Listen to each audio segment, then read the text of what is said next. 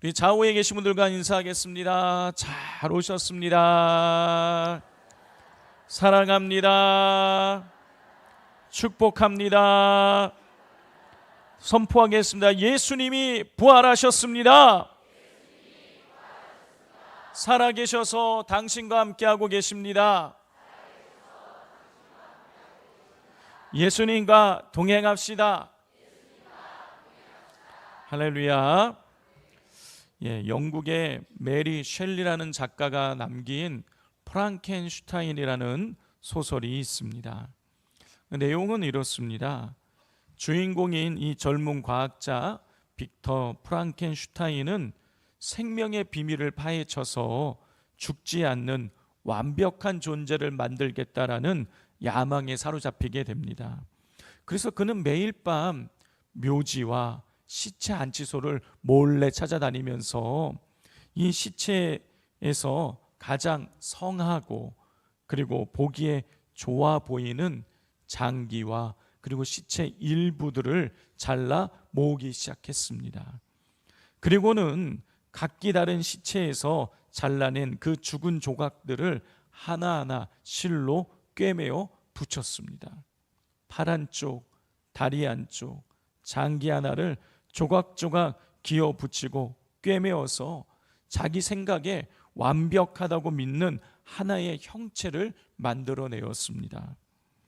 프랑켄슈타인은 자신이 갖기 좋은 조각들을 모아 기어 붙였으니까 또 여기에다가 전기를 가한다면 이 생명이 살아날 것이라고 믿었습니다.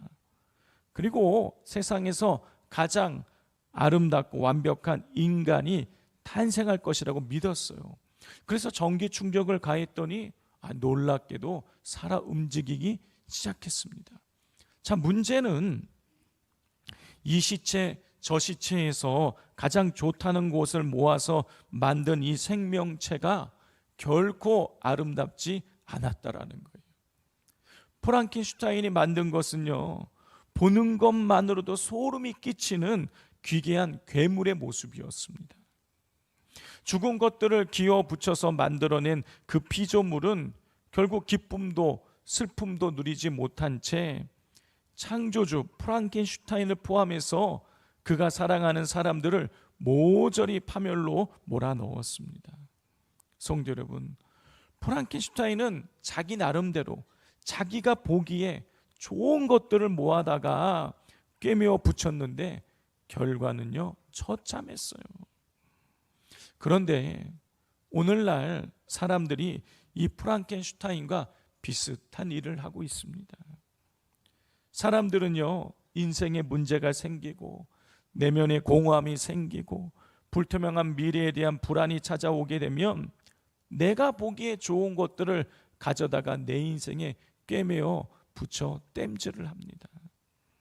돈과 명예와 세상에 보기에 좋은 조건들을 이것저것 내 인생에 덧대고 땜질해서 문제 원인을 해결하려고 노력한다는 거예요. 자, 그런데 어떻습니까? 그렇게 오랫동안 내가 보기에 좋은 것들, 세상이 보기에 사람들이 보기 좋아하는 것들을 내 인생에 가져다가 땜질해서 갖다가 붙였는데 어떻습니까? 인생이 평안합니까? 여러분, 그렇지 않아요.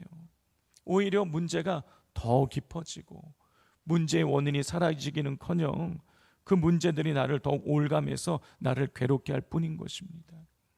자, 그러면 우리는 이렇게 인생의 어려움 가운데에 사로잡혀서 그렇게 아둥바둥하다가 괴로운 인생을 살면서 죽어야 되는 것일까요?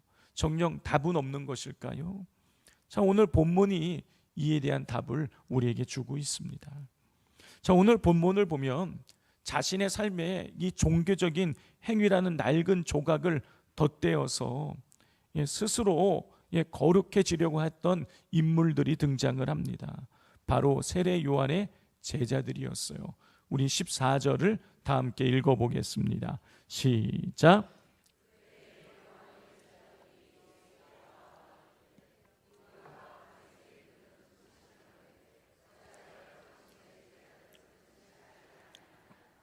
자, 그때에 요한의 제자들이 예수님을 찾아와 질문을 합니다.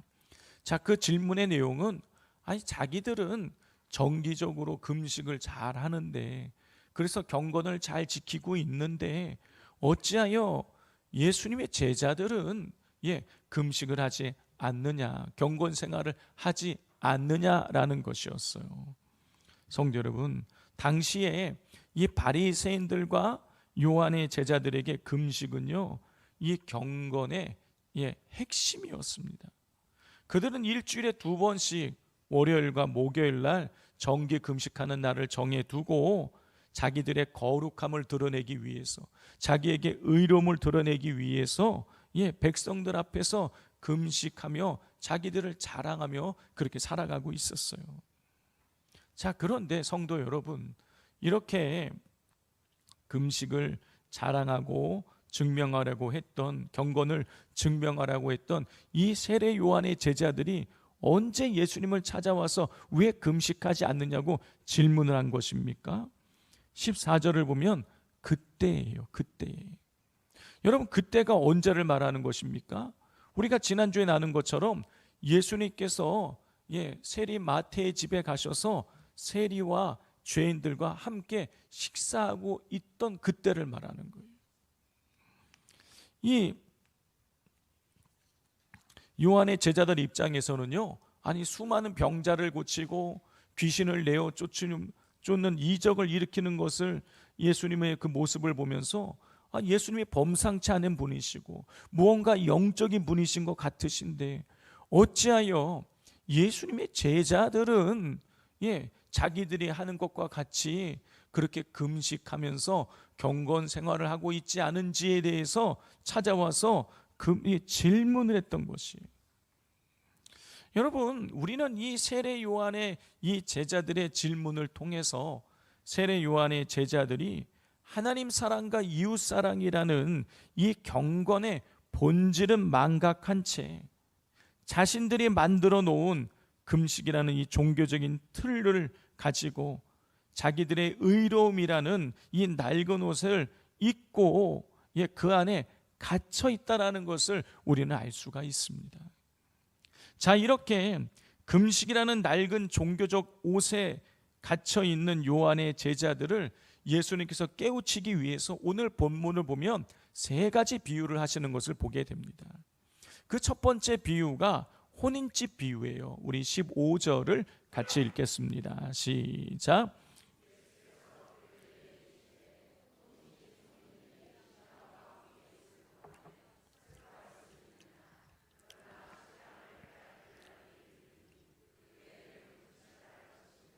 예수님께서는 예수님 자신을 신랑으로, 그리고 예수님의 제자들을 혼인집 손님으로 비유하시면서 혼인집 손님들이 신랑과 함께 있을 동안에는 금식하지 않는다. 그러나 신랑이 사라지는 날, 신랑을 빼앗기는 그때에는 금식하게 될 것이라고 말씀하셨어요.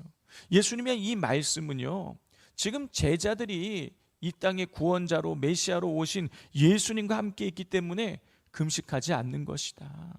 그렇지만 예수님을 빼앗길 때에, 예수님이 십자가에 달려 죽게 되면 그때 금식하게 될 것이다 라는 그런 말씀이셨어요. 예수님은 이 혼인집 비유를 통해서 종교적인 형식과 의무감에 빠져 있는 이 신랑 의무감에 빠져서 신랑 대신 그 예수님을 앞에 두고도 알아보지 못하는 이 요한의 제자들의 영적인 무지를 일깨우셨습니다. 자, 예수님의 2번째 비유는 생배 조각과 낡은 옷 비유예요. 우리 16절을 같이 읽겠습니다. 생배 조각을 낡은 옷에 붙이는 자가 없나니.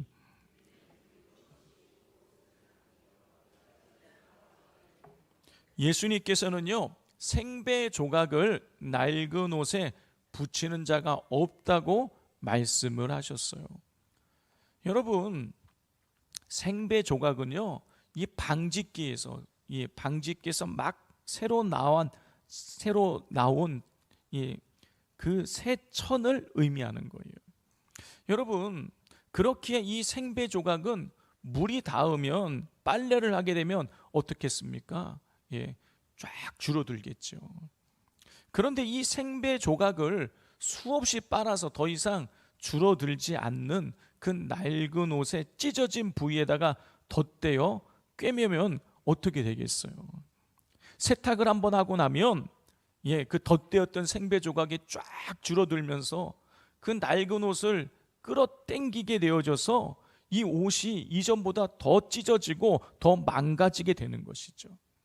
그렇게 예수님께서 생배 조각을 낡은 옷에 덧대는 사람이 없다, 붙이는 자는 사람이 없다고 말씀하신 거예요. 자, 그러면 여기서 이 생배 조각은 뭘 상징하는 것일까요? 이 생배 조각은 예수님으로 말미암아 시작된 하나님 나라와 복음을 의미하는 거예요. 그리고 이 낡은 옷은 형식적이고 경직된 이전의 율법주의와 자기 의로움과 낡은 가치관을 의미하는 것이에요. 예수님의 지금 이 말씀은요, 이 하나님 나라의 이 복음과 기존의 이 요한의 제자들이 가지고 있는 율법주의와 자기 의로움과 가치관이 양립할 수 없다라는 거예요. 여러분, 이 요한의 제자들은요, 이 예수님께서 전하시는 그 복음을 들었어요. 그러니까 예수님을 찾아온 거겠지요. 근데 예수님 보니까 이 요한의 제자들이 금식 이야기를 하면서 자기들이 가지고 있는 이 종교적인 형식에다가 예수님의 복음을 살짝 지금 덧대려고 하고 있는 거예요. 꿰매어서 땜질하려고 하고 있는 거예요. 자기의 부족한 부분들을 예수님의 복음으로 살짝 그 자기들의 빈 구석을 땜질하려고 하고 있는 거예요. 그러니까 예수님께서 이 생배조각 비유를 통해서 그들을 깨우치신 것이죠. 자, 그런데 성도 여러분, 오늘을 사는 우리 역시도 이 신앙생활을 할 때에 요한의 제자들과 같을 때가 있는 거예요. 여러분, 우리는 신앙생활을 할 때에 내 삶의 부족한 부분을 조금 복음으로 조금 보완하는 땜질을 하려고 할 때가 있다라는 것입니다. 나의 가치관과 욕망, 내 기준이라는 낡은 옷은 그대로 입은 채 주일에 교회에 와서 이 말씀을 듣고 그 말씀 한 조각으로 내 삶의 부족한 부분들을 덧대어서 땜질하려고 할 때가 있다라는 것입니다. 여러분, 그런데 이러한 땜질로는요, 우리의 영혼이 살아날 수 없어요. 그런 땜질하는 그 신앙은요, 오히려 우리의 영혼을 망칠 뿐인 것입니다. 성도 여러분, 최근에 우리나라 정부에서 2032년에까지 5,300억을 투자를 해가지고 무인 우주선을 달에 보내겠다라는 계획을 발표했습니다. 여러분, 그런데 이 우주선을요, 이 대기권 밖으로 우주로 보내는 것은요, 매우 어려운 일이에요. 왜냐하면 이 우주선이 빠른 속도로 올라가면서 이 대기권 공기층을 통과해 나갈 때에 마찰열이 어마어마하기 때문인 거예요. 그리고 압력도 굉장히 강하게 작용을 하기 때문에 자칫 잘못하면 우주선이 폭발할 수 있기 때문에 우주선을 달에 보낸다는 건 쉬운 일이 아닌 것입니다. 근데 한번 지금 상상을 해 보십시오. 지금 이제 우주선을 발사를 하려고 딱 준비를 하고 있는 거예요. 카운트다운을 이제 막 시작하려고 하는데 이 우주선 외벽에 미세한 균열이 있는 걸 발견한 거예요. 지금 언론에서 TV에서 와가지고 방송국 기자들이 와가지고 이걸 지금 다 찍고 있고 수천 명의 사람들이 와서 이걸 이 장면을 지켜보기 위해서 지금 둘러싸고 있는 것입니다. 그런데 그 미세한 균열을 발견하게 된 거예요. 여러분, 그러면 어떻게 해야겠습니까? 당장 발사를 중단해야 되는 거예요. 그리고 이 균열되어 있는 이 우주선 외관은요, 통으로 짜져 있는 거기 때문에 그거를 벗겨내고 그거는 박살 내버리고 새 걸 끼워야 되는 것입니다.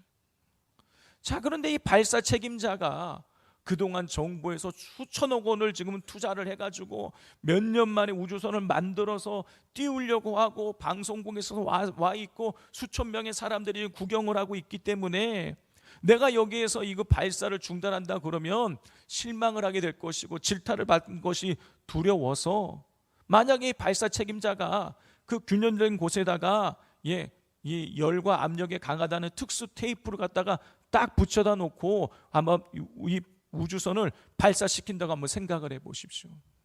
처음에 올라갈 때는 별 문제가 없을 거예요. 그런데 이게 계속해서 빠른 속도로 올라가다가 이 공기와 마찰을 일으키고 뜨거운 열이 발생하고 압력이 발생하게 되면 여러분, 이 붙어있는 이 테이프가 벗겨져 나가고 불타게 될 것이고, 그렇게 되면은요 이 우주선이 견디지 못하고 폭발하게 될 거예요. 성도 여러분, 내 삶에 이 복음을 임시 방편으로 이 땜질하는 것은요 아무 소용이 없는 거예요. 복음은 내 삶의 임시 방편으로 땜질하는 테이프 조각이 아닌 거예요. 내 낡은 본성이 그대로인 채 거기다가 복음을 덧대면 여러분, 인생의 시련이 다가오고 고통이 밀려오게 되면 여러분, 그 부위부터 터지고 영혼이 찢어져 비극을 맞이하게 되는 것입니다. 그렇게 예수님께서는요 자신들이 가진 그 낡은 종교적인 생각에 복음을 덧대려 했던 요한의 제자들에게 생배 조각 비유를 통해서 낡은 틀을 완전히 벗어버리고 오직 예수 그리스도는 복음으로 완전히 새 옷을 입어야 된다라는 것을 가르쳐 주셨던 거예요. 예수님의 세 번째 비유는 새 포도주 부대 비유입니다. 우리 17절을 같이 읽겠습니다. 시작.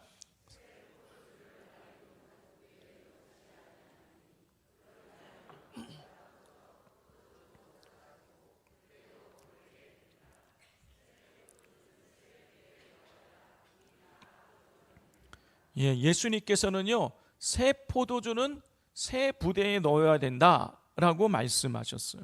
성도 여러분, 아직 발효가 되지 않은 이 새 포도주는 가죽 부대에 넣어주게 되면은요, 넣어놓게 되면은 차츰 발효가 되면서 부피가 늘어나게 돼요. 급격하게 팽창을 하게 됩니다. 자, 이때 신축성이 있는 아직 말랑말랑한 새 가죽 부대에는요 새 포도주의 그 팽창력을 견뎌낼 수 있어요. 하지만 이 낡은 가죽 부대, 단단하게 딱딱하게 굳어져 있는 신축성이 없는 이 낡은 가죽 부대에 새 포도주를 넣게 되면은요 이 포도주의 팽창을 견뎌내지 못하고 터지게 됩니다. 그러면 여러분, 가죽 부대도 버리게 되고 포도주도 버리게 되는 거예요. 자, 그렇게 예수님께서는 새 포도주는 새 부대에 넣어야 된다라고 말씀하신 거예요. 자, 그러면 예수님께서 말씀하신 이 새 포도주와 이 낡은 가죽 부대는 각각 무엇을 상징하는 것일까요? 새 포도주는요 예수 그리스도로 말미암아 시작된 하나님 나라와 복음을 말하는 거예요. 낡은 가죽 부대는 우리의 굳어진 자아와 낡은 사고방식과 나의 종교적인 의로움을 나타내는 거예요. 성도 여러분, 이 낡은 가죽 부대에서 낡은으로 번역이 된 팔라이오스라는 단어는요 세월이 지난 것만을, 시간의 흐름만을 나타내지 않아요. 이 팔라이오스는요 기능을 상실해서 단단하게 말라 굳어진 상태를 말하는 거예요. 성도 여러분, 예수님 당시에 보통 이 포도주를 담는 가죽 부대는요 염소 가죽으로 만들었다고 합니다. 그런데 이 염소 가죽이요 한번 마르게 되면은요 한번 마르게 되면 그걸 다시 절대로 부드럽게 만들 수 없다 그래요. 겉에다가 아무리 좋은 기름을 갖다가 칠하고 수분을 공급을 해도 굳어진 염소 가죽 부대는 다시 말랑말랑해지지 않는다고 합니다. 그러니 여러분, 한번 이 말라 비틀어진 이 염소 가죽 부대에는 이 새 포도주를 넣을 수가 없는 거예요. 여러분, 마찬가지로 내 안에 단단히 자리 잡은 이 고집과 아집과 자기의라는 이 가죽 부대 안에는요 절대로 예수 그리스도의 그 생명력 넘치는 복음을 받아낼 수가 없는 거예요. 여러분, 바로 이 지점에서 우리가 아주 한 가지 중요한 메시지를 얻을 수 있습니다. 그것은 참된 신앙은 내 삶의 한 부분을 땜질하고 수정하는 것이 아니라 나를 온전히 깨트려 버리는 죽음에서 시작이 된다는 것입니다. 성도 여러분, 내가 십자가에서 죽지 않고 내 자아에 완전히 깨트려짐이 없이 예수 그리스도라는 이 복음의 새 포도주를 담으려고 하면은요, 우리 신앙은요 터지고 말아버리는 거예요. 여러분, 내가 죽지 않고 내 자아가 살아있는 상태에서 내가 예수님 믿으려고 하면은요, 신앙생활이 따분하고 지루할 수밖에 없어요. 충돌이 일어날 수밖에 없는 거예요. 여러분, 그러면 우리는 어떻게 해야 나의 이 낡은 자아를 버리고 새 부대가 될 수 있는 것일까요? 자, 이에 대한 답을 사도 바울이 우리에게 주고 있습니다. 갈라디아서 2장 20절이에요. 우리 자막에 나올 텐데 다 같이 한번 읽어보겠습니다. 시작. 내가 그리스도와 함께 십자가에 못 박혔나니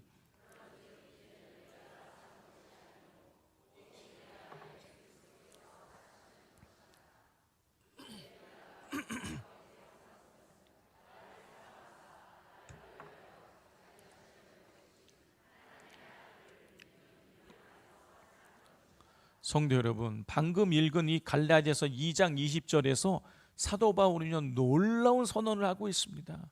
그게 뭐냐면 자기 자신이 십자가에서 예수님과 함께 못 박혀 죽었다라는 거예요. 여러분, 이게 무슨 얘기입니까? 예수님이 죽었는데 왜 사도 바울 자기가 죽었다고 고백을 하는 것입니까? 여러분, 사도 바울은요, 예수님이 십자가에 달려 죽을 때에 자기의 옛사람이 죽었다라고 지금 말하고 있는 거예요. 이게 잘 이해가 되지 않으시죠? 여러분, 구약시대 때에 보통 사람들이 죄를 지으면 속죄 제물을 제사장 앞에 가지고 가서 이 제물 앞에 이 어린 양에다가 손을 얹고 자기의 모든 죄를 다 전가시킵니다. 양한테.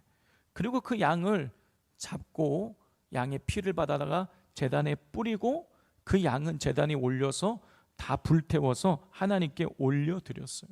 이게 하나님께서 우리 사람들에게 가르쳐 주신 죄를 용서받는 제사법이었어요. 자, 그러니 여러분, 지금 이 사람의 죄를 전가받고 피 흘려 죽은 이 양은요, 내 대신 죽은 거예요. 여러분, 이렇게 보았을 때에 이 제물인 양의 죽음은 곧 죄를 지었던 나의 죽음인 거예요. 그런데 예수님께서 온 인류의 이 죄를 속하기 위해서 어린 양이 되셨어요. 그리고 온 인류의 죄를 다 짊어지시고 십자가에 올라가셔서 피 흘려 죽으셨어요. 예수님께서 우리의 속죄 제물이 되신 거예요. 그러므로 제물인 예수님의 십자가의 죽음은 곧 우리의 죽음인 거예요. 예수 그리스도의 십자가의 죽음은 죄로 가득했던 나의 옛 자아의 죽음인 것이에요. 여러분, 이게 성경이 우리에게 가르쳐주는 방거예요. 예수님이 십자가에 죽으셨을 때에 죄의 종노릇하고 죄 짓는 삶을 살아갔던 우리의 옛사람이 같이 죽은 거예요. 여러분, 중요한 건 이것을 인정하고 받아들이는 것입니다. 성도 여러분, 우리의 옛 자아는 예수님과 함께 십자가에서 이미 죽었어요. 더 이상 죄의 종노릇하지 않아도 되고요, 예수님을 거역하며 살지 않을 수 있어요. 우리는 얼마든지 죄를 짓지 않을 수 있습니다. 여러분, 우리는 죄 짓는 게 당연하다고 생각하지요? 그렇지 않아요. 성경이 우리에게 가르쳐주는 바는 진짜 우리의 옛사람이 십자가에 못 박혀 죽었다면 죄 짓지 않을 수 있다라는 거예요. 여러분, 그렇다고 해서 우리가 예수님을 믿는다고 해서 이제 다시는 죄의 미혹을 받지 않는 완벽한 인간이 되었다는 뜻은 아닌 거예요. 여러분, 우리가 인간의 육체를 입고 있는 이상 그리고 죄악된 세상을 살아가는 이상 여러분 끊임없이 죄의 미혹의 파도가 우리에게 밀려오게 됩니다. 그리고 우리가 예수 그리스도를 잊어버리는 순간 죄의 미혹당해서 우리가 죄를 짓게 돼요. 그러나 여러분 우리가 십자가의 이 사실을 믿기 전과 이후는요 근본적인 차이가 있어요. 여러분 예수 그리스도의 십자가의 죽으심을 나의 죽음으로 받아들이기 전에는요 여러분 내 인생의 주인이 죄예요. 우리는 죄에 시달리며 살아가는 것입니다. 자, 그런데 이제 예수 그리스도의 십자가의 죽음을 나의 죽음으로 받아들이게 될 때에 여러분 인생의 주인이 바뀌게 되는 거예요. 이전에는 우리가 죄의 종노릇 했지만 이제 예수님이 우리 인생의 주인이 되시는 거예요. 왜냐? 예수님이 우리 안에 살아 계시기 때문인 것입니다. 여러분 바울은요 갈라디아서 2장 20절에서 내가 십자가에서 그리스도와 함께 십자가에 못 박혀 죽었다라고 고백하고 난 다음에 곧바로 이런 고백을 이어갑니다. 그런즉 이제는 내가 사는 것이 아니요 오직 내 안에 그리스도께서 사시는 것이라. 여러분 우리가 예수님과 함께 십자가에 못 박혀 죽게 되면 그 이후에 죄가 떠나가고 예수님이 우리 안에 오셔서 우리를 다스려 주시는 거예요. 여러분 이 모습이 세부대가 된 사람의 모습인 것입니다. 여러분 세부대가 된다는 것은요 나의 모난 성품을 고치기 위해서 예수님이 원하시는 성품 몇 가지를 가져다가 땜질하는 것을 말하는 게 아닌 거예요. 여러분 세부대가 된다는 것은요 내가 내 인생의 주인의 자리에서 내려오고 예수님께서 내 삶의 주인이 되시는 거예요. 여러분 예수님이 내 인생의 주인이 되시게 되면 다시 말해서 우리가 세부대가 되게 되면 여러분 이전에는요 내가 원하는 걸 추구했지만 이제는 예수님이라면 어떻게 하실까를 묻게 되는 거예요. 이전에는 내 감정대로 말했다면 이제는요 예수님이라면 지금 어떤 말을 하실까를 묻는 거예요.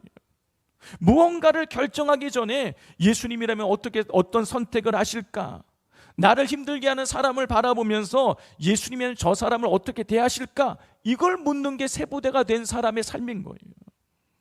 성도 여러분, 설교를 시작하면서 프랑켄슈타인 이야기를 말씀을 드렸습니다.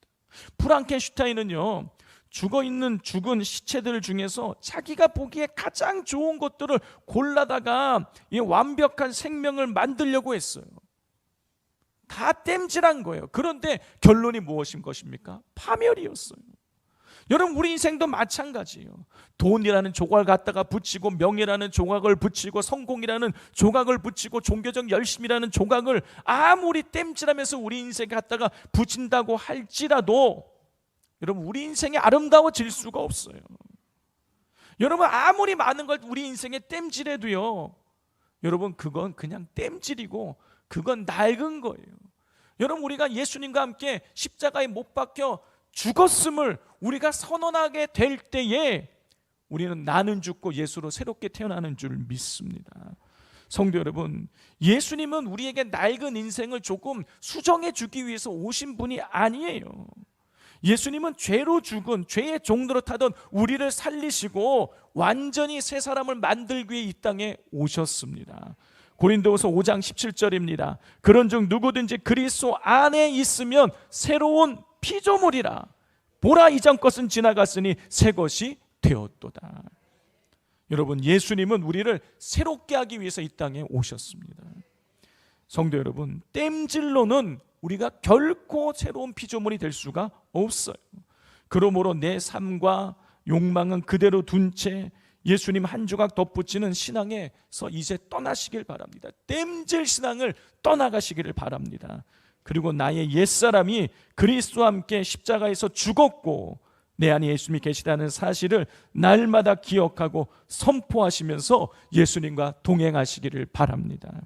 여러분, 그렇게 할 때에 그리스도의 생명을 우리가 온전히 담아내는 세부대가 되어져서 우리 안에서 그리스도의 생명과 향기가 넘쳐나게 될 것입니다. 기도하겠습니다. 하나님 아버지, 우리의 옛사랑과 옛자아가 예수님과 함께 십자가에 못 박혀 죽었습니다. 이 사실을 날마다 기억하게 하시고 날마다 고백하게 하여 주옵소서. 그리하여 더 이상 죄의 종노릇하며 은혜의 작은 조각으로 신앙을 땜질하려는 삶을 중단할 수 있게 하여 주시고, 내 안에 계신 예수님과 동행하며 그리스도의 향례를 바라는 삶을 살아가게 하여 주옵소서. 예수님의 이름으로 기도드립니다. 아멘.